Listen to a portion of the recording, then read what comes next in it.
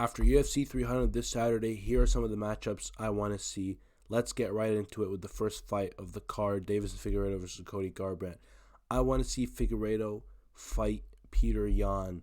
Figueiredo's ranked 6 right now, I'm pretty sure, and Yan is ranked 3 because Aljo vacated, so now everyone's moved up a bit.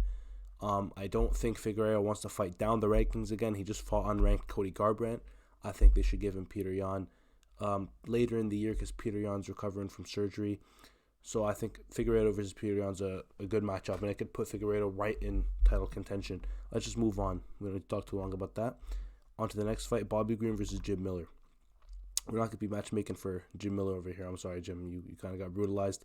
There's not much for me to say about you. Bobby Green, however, I think Bobby Green should fight Paddy Pimblett. Very, very obvious. He made a sick call out. Let's just get that fight booked for Manchester, right? Let's get rid of Paddy. Let's let Bobby just smoke him. No one likes Paddy. But yeah, it's a good fight. He called him out. I think they should make that happen. We'll move on. And we'll move on again to Jalen Turner versus Renato Moicano. Jalen Turner really disappointed me. Give him like Drew Dober so we can book Jalen Turner versus Drew Dober next. You know, just a little punishment. Make Turner fight an unranked opponent after his performance, after he threw the entire fight. For Moicano, however, let's get Moicano to fight like Dariush or Gamrot, something like that, bro. Get him to fight one of these grapplers. Dariush is coming off of 2 losses. Maybe Gamrot's better because, you know, the UFC doesn't like Gamrot. Nobody likes Gamrot. And if Moicano can get rid of Gamrot, he can get some clout. I have the rankings open in front of me. Lightweight, Gamrot is ranked 5. He's a top 5 opponent right now. I'm going to make a video later about this Max Holloway ranking, by the way. This is the worst ranking I've ever seen. I don't know why he's at 9. I don't know why he's 6 below Justin Gaethje after sleeping him. But whatever, you know, the UFC is kind of stupid. So Gamrot is number 5. He's a top 5 opponent. Whereas Dariush is number 6. I don't know why Dariush is number 6. He's coming off of 2 first-round knockout losses. Get this guy out of the top 10. No, I'm joking. He can stay in the top 10. But get Gamrot a fight with... get Moicano a fight with Gamrot. I hope Moicano would beat Gamrot. I'd probably pick him to beat Gamrot. And, yeah, if he smokes Gamrot, he'll be right in the top 5. He can talk his shit on the mic. And the UFC won't have to worry about this guy Gamrot clogging their top 5 rankings, maybe looking for a title shot. He's not getting a title shot. But the UFC's got to give him somebody, right? So give him a fight with Moicano. Let's move on. Diego Lopez versus Sadiq Youssef. Diego Lopez took like no damage. First round knockout. I think they should put him against Josh Emmett, who's currently ranked number 7. And Diego Lopez is currently ranked what? He's somewhere down here. 14. Diego Lopez took no damage. He can make a quick turnaround and do this. They could put this on a pay-per-view in like June. I think they could put this on International Fight Week.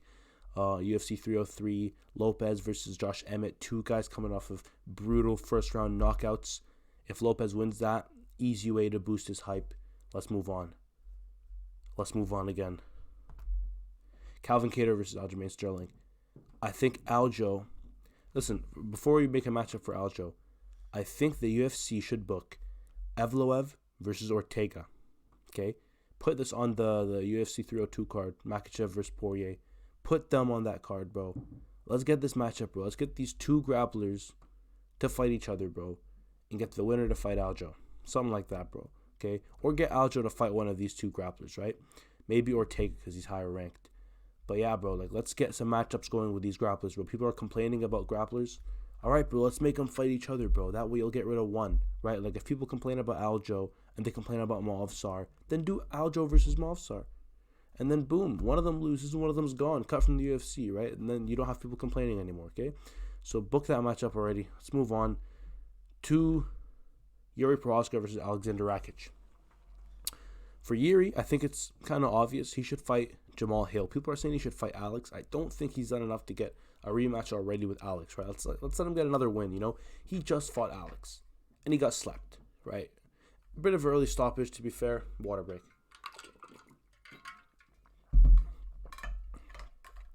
Bit of an early stoppage, to be fair. Just a little bit, just a tad.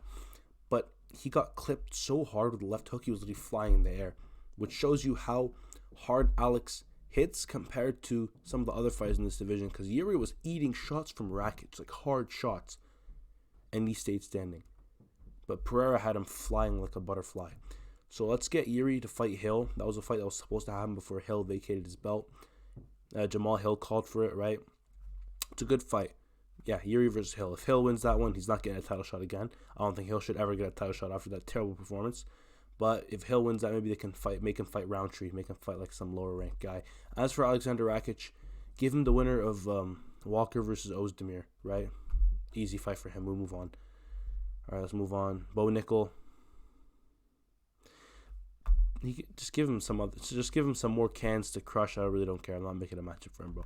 All right, Arman Tsarukyan, very obvious, should fight Islam Makhachev, right? That's a no-brainer. He'll have to wait till like the Abu Dhabi card or MSG or whatever, but later in this year he will fight Makhachev. Or Poirier if Poirier wins somehow, a crazy upset. But Tsarukyan versus whoever has the belt, and Oliveira, I think, should fight Justin Gaethje. Okay, they're ranked. He's number 2. Gaethje's number 3. Oliveira, probably is looking for a nice, fun fight. I've seen people say Oliveira should fight Gamrot. Don't punish Oliveira. Don't make him fight Gamrot. Give him a good, fun fight. That was a close fight. He just lost, right? I had Arman winning. Kind of was very, sold. I was very sold on that. I wasn't like confused. I wasn't choosing like, oh, which one. I'm stuttering over my words a bit. Sorry. Regardless, don't punish him. Don't make him fight Gamrot. He could honestly fight Gamrot and get rid of Gamrot, and then maybe fight Gaethje, right? But I think Oliveira Gaethje is a good fight. All right, he's a top ranked opponent. They had a competitive first round when they fought, right? And also Gaethje, I think, deserves a big fight and a fight of the high ranked opponent after what he did. He put his ranking on the line and everything on the line, and he was supposed to be next for a title shot. Now he's probably never going to smell the belt, but this would be a nice, fun fight for him. Book that fight, right? Anyways, let's move on to... Oh, we already talked about Gaethje, so that leaves only one fighter here, Max Holloway. I don't think Max Holloway should move down to 145. I don't understand why he wants to fight Ilya. You just had success at lightweight. Why do you want to move down? Why do you want to move back down to featherweight and go chase a title shot there? Like, what? You're at lightweight now. You did amazing at lightweight. Do something at lightweight, right? Look at this. Fight of the night and performance of the night. Stick at lightweight, bro. I don't know why they have him ranked at 9. Very disrespectful, right? He just slumped Gaethje after dominating him before that. He didn't have to do that, but he did it, and he slumped him.